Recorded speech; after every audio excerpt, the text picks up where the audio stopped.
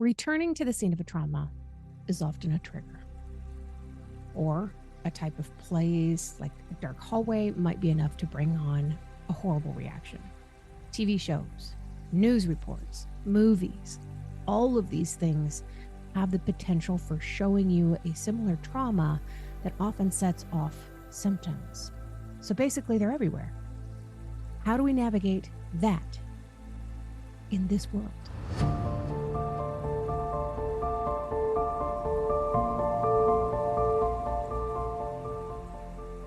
Trauma leaves a lasting mark, not just on the mind, but also on how we perceive the world around us. Certain sights, seemingly innocuous to most, can trigger a cascade of emotions and memories for, people like us who have experienced trauma. So today I'm going to be diving into the phenomenon of visual triggers and exploring the mechanisms that play and the types of sights that can evoke powerful emotional responses in all kinds of trauma survivors. So first, I'm going to be providing a foundational understanding of trauma, as I always do, and its impact on the brain. Then I'm going to talk about the concept of visual triggers. This is the first of a 3-part series. I am also later on going to be explaining in the next episode, triggering sounds. And the episode after that, which will air in November, will be triggering smells, because that's definitely a real thing that we all need to be aware of. So I'm going to be talking about how triggering sights can become entangled with our traumatic memories.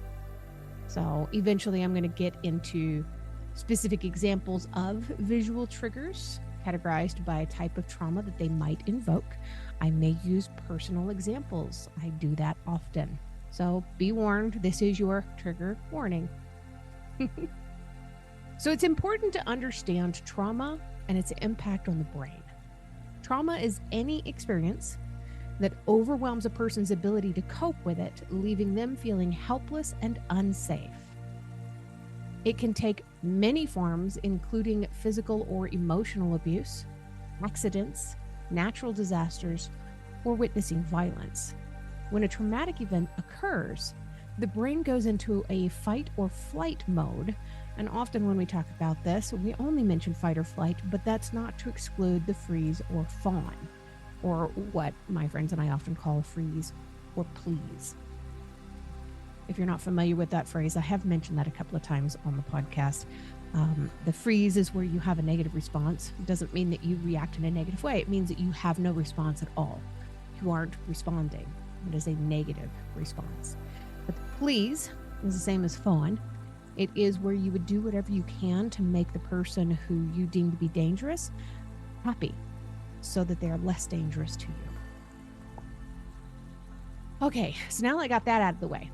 So when you go into the fight or flight mode, you release a surge of stress hormones that prepare your body for immediate danger. But in the aftermath of trauma, the brain can struggle to return to a balanced state. The amygdala is the part of the brain responsible for processing emotions and fears, becomes hypervigilant and looks for threats everywhere. I lived in the state of hypervigilance for many years. I have done a previous episode on hypervigilance if you need more information on that. Memories of a traumatic event become encoded in a fragmented way, often with vivid sensory details, including visual imagery. Think of it as a broken mirror. You have all of these little pieces and shards, and my first website, it still exists out there. You can visit it. It's called Detailed Pieces. That's because that's how I was living my life. All of these memories and traumatic events were detailed pieces of a big puzzle that I couldn't quite put together. So the power of visual cues. How do sights trigger traumatic memories? Pardon me, I have a chia seed in my teeth. Okay, so sight is one of our most powerful senses, and visual cues can become really deeply linked to traumatic memories. This is because the amygdala directly connects to the hippocampus, which is the brain's memory center. When a visual trigger is encountered, it can activate the amygdala, and it floods the survivor with emotions and fragmented memories associated with the trauma. For example, when a person has experienced a car accident, they might be triggered by the sight of a dented fender or a screeching tire sound. If they see an accident in front of them, all of these memories might come flooding back. A survivor of sexual assault might be triggered by a certain type of clothing or a specific location. These can be really highly individualized and seemingly unrelated to the original event, and yet they can evoke a powerful emotional response. I have mentioned in the past where a trauma survivor who was a survivor of sexual assault might be driving down the street and look up and see some guy wearing a red shirt crossing the street and have a visual trigger at that point. And they don't even realize why. And a lot of times it's because that same shade of red was something that they could visually see during the event of their sexual assault. This is a very common thing, and not everybody is always going to understand. Very rarely, in fact, are we going to understand 100% of the visual triggers that we receive. So, examples of visual triggers categorized by the types of trauma that they might invoke. Let's have a deeper understanding of the diverse ways in which visual cues can impact trauma survivors and their daily lives. So let's explore physical or sexual assault, childhood abuse, neglect, accidents, medical trauma, war, violence. By understanding the overall nature of visual triggers, we can develop better strategies for helping trauma survivors to manage their responses and build resilience. There are so many unwanted echoes. It's kind of amazing how our brains work. So let's dig into these exact examples. This is tough. So let's talk about locations. The environment where an assault took place, like a specific street corner or a type of building or even a particular room layout. This can absolutely trigger somebody to have horrible flashbacks. As a specific example, in my case, there was one day a little over a year ago where my husband and I were walking through IKEA with his daughter and her husband. We got to one particular part of IKEA, and the way that the bathroom was set up as the example in the store, when we got to that part, that bathroom was set up almost identical to the bathroom of the home where I was the last time I was trafficked. I got to that part and they were looking at the floor layout and admiring the sink and looking at the shower head, and I was completely overwhelmed and I couldn't deal with it. I had to go and sit down. And my husband came over and asked me if I'm okay, and I told him the truth. I said, no, I'm not, but I will be. The bathroom is way too reminiscent of the bathroom where I was being trafficked. And it brought back some really weird memories for me. He was completely understanding. He went and joined his daughter and her husband again. He gave me a couple minutes to just breathe and be on my own, which is what I needed at that moment. But we have to be able to communicate this stuff with the people in our lives so that they don't think that we're doing this because we're trying to seek attention. That's not what this is. This isn't us crying out saying, oh, somebody please pay attention to me. I'm feeling lonely. I'm feeling vulnerable. If you are feeling lonely and vulnerable, communicate that. You don't need an excuse to feel that way. You can just feel that way. Okay, so objects. There might be items associated with an assault, such as weapons, clothing, medical equipment. I was roofied once. This is something that I don't talk about very often. I was in an art gallery at a theater after party, and I was roofied. And there were objects in that room that I really am not all that comfortable around anymore. One of them is the little plastic champagne glasses or wine glasses. I don't drink out of those. I don't trust them. It's an automatic trigger for me. And I don't think it would be a trigger necessarily if I hadn't already experienced so many other things in my life that left me distrustful. So physical resemblance to a perpetrator or even a specific mannerism or a behavior to somebody who may have hurt or injured you or abused you in some way. I've had this happen to me as well.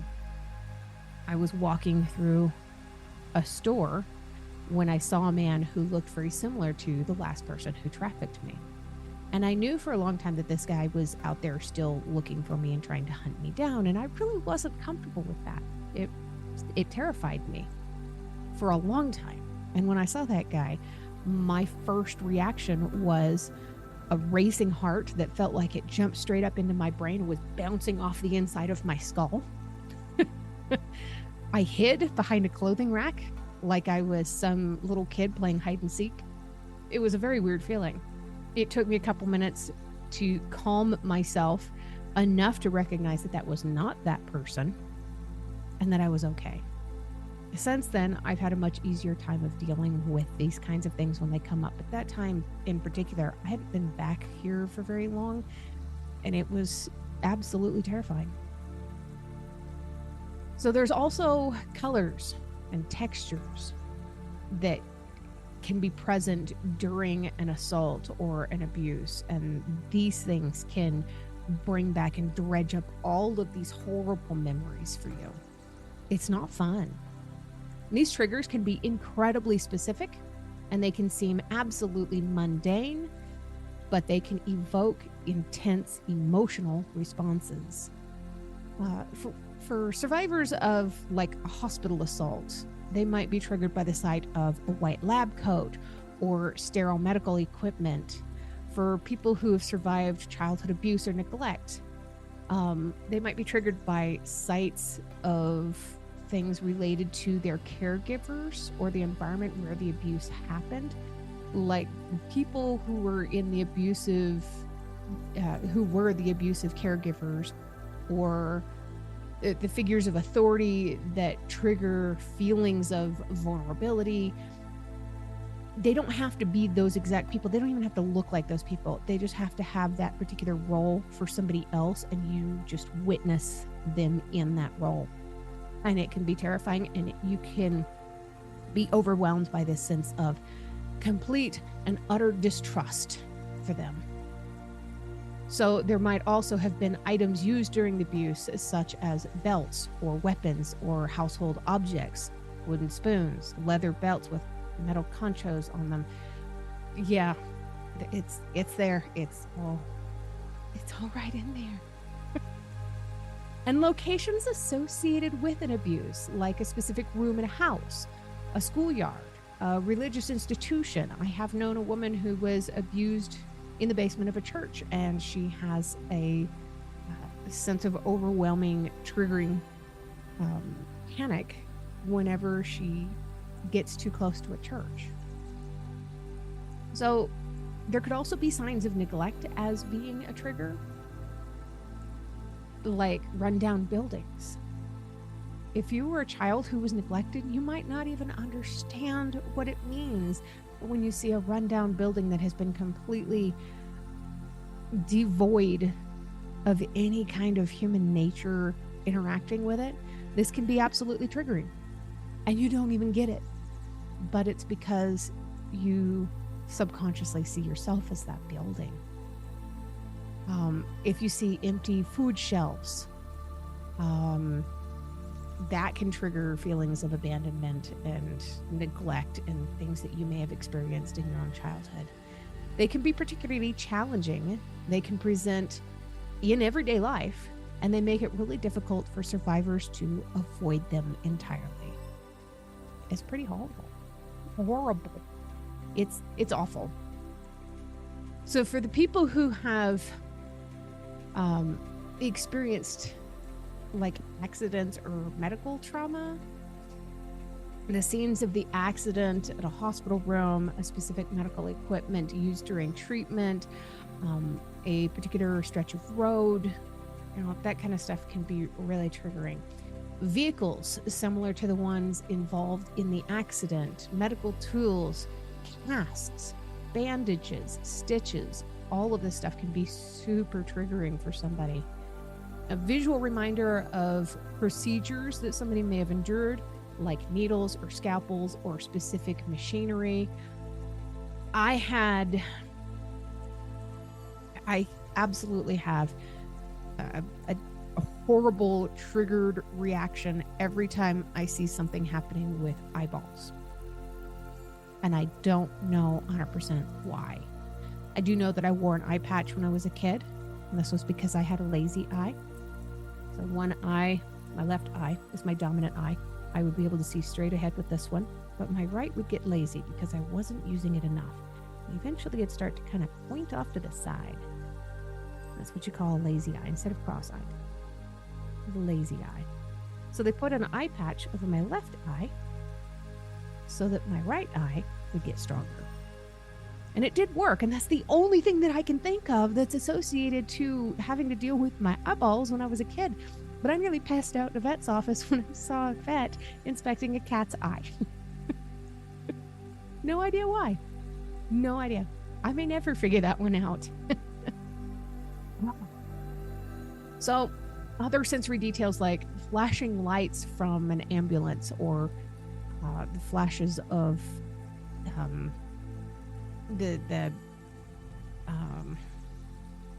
I don't even know what I'm trying to say here.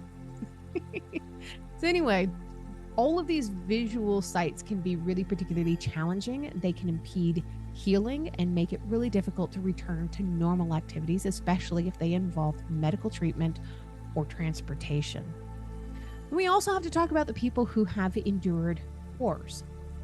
So battlefields, war zones, specific buildings, damaged buildings, weapons like firearms, explosives, military equipment used in a conflict, military uniforms, clothing associated with the perpetrators of the other side, loud noises like explosions, and we'll get into that more when I get into triggering sounds in the next episode.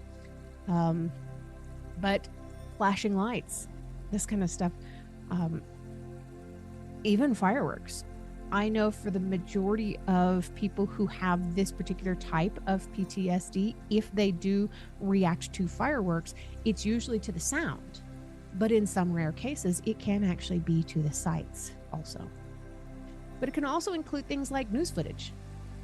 It's hard to get away from violence and seeing war and all of that stuff when you watch the news. I get that kind of stuff kind of overwhelming whenever I hear about a sexual assault or human trafficking sting operation. And don't get me started on that. Most of those are a bunch of hooey anyway. I get enough of that watching the news when I do, and that doesn't come up nearly as often as different conflicts out there in the world right now. So these triggers can have a pervasive and significant impact on a survivor's ability to function in their everyday life, especially in crowded spaces or during celebrations that involve, like I said, fireworks. By acknowledging the power of the visual triggers and understanding the types of sights that might evoke emotional responses, trauma survivors can actually take steps to manage their reactions. This might involve developing coping mechanisms like deep breathing exercise, mindfulness practices, seeking support from a therapist specializing in trauma, all the kind of stuff that I typically talk about on this podcast. So it's important to recognize that this stuff does happen, and you don't have to understand it completely. You can reclaim your world one site at a time. We've seen how, or I've talked about how seemingly mundane sites can become really entangled with the traumatic memories, like those little pieces of broken mirror. They evoke these powerful emotions and they disrupt your daily life. But the good news is that there's hope for managing these triggers and reclaiming a sense of control over things, even when you feel completely out of control. By understanding the mechanisms at play and the types of sites that might be triggering, survivors can develop strategies for coping. Techniques like the deep breathing and the mindfulness and cognitive reframing can really empower somebody to manage the emotional intensity associated with the triggers. You have to build yourself a safe space. Seek professional support, foster a supportive network. These are all crucial steps on the path to being able to heal. And healing is, of course, a lifelong journey with its share of challenges. There's no magic wand. It's not going to just magically poof be fixed one day. This is going to be a challenge, and this is going to be a lifelong, I don't want to say struggle, but that because it's not quite the right word. A lifelong adventure. It's way more of a struggle and a fight in the beginning, but it does get easier as you go. Every step forward, every trigger successfully navigated is a testament to your strength and your resilience. With self-compassion, perseverance, and the right tools, you can reclaim your world. I have provided a foundation for understanding the visual triggers, hopefully, in this episode. And you can, of course, research this further on your own. You can get support from mental health professionals who can empower you to create a personalized approach to managing triggers and build this lasting resilience. So there are a lot of long-term consequences to not dealing with this, though. You can have increased anxiety and avoidance. You can develop intensified triggers that can absolutely get worse. You definitely don't want that, right? You're here right now because you've already had to deal with this. You can develop a more difficult time healing because avoiding your triggers can hinder the healing process. Facing them in a safe and controlled environment with the help of a therapist or a good support network around you can allow for emotional processing and desensitization. This is really important stuff. You can also develop more flashbacks and intrusive thoughts. When memories are not processed, they can manifest as intrusive thoughts and flashbacks even without encountering any triggers.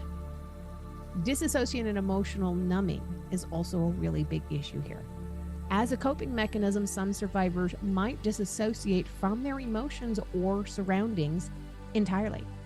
This can lead to feelings of detachment, difficult connecting with other people. It can have an impact on your relationships and your work and you wouldn't think this, it sounds counterintuitive, but it's really not. Avoiding triggers can limit your ability to participate in activities that you enjoy and strain your relationships with friends, your family, and your colleagues. And you can develop an increased risk of substance abuse. This one's no fun, you guys. Oh, so many people self-medicate. And that's what it is. Self-medication with alcohol or drugs might be used to cope with the emotional distress of unaddressed trauma. You can also get depressed. Depression and low self-esteem are pretty major issues for survivors of trauma as well. The constant struggle to avoid triggers and the feeling of being controlled by them can lead to feelings of helplessness and low self-esteem. And it's important to remember that every single person out there does heal at their own pace. So while facing triggers can be challenging, it is a crucial step towards reclaiming control over your life and your emotions. There are safe and effective ways to approach triggers, and usually that's with the help of a therapist. But if you decide to challenge yourself and to do this on your own, there's lots of research available out there on the internet so that you can find safer ways to go about this. And remember, you're not alone. The whole reason that this podcast exists is because you're not alone. I thought I was. And that's why I'm here now. It's because of people like you and because I needed to know that we're in it together. I'll see you next week when I talk about triggering sounds.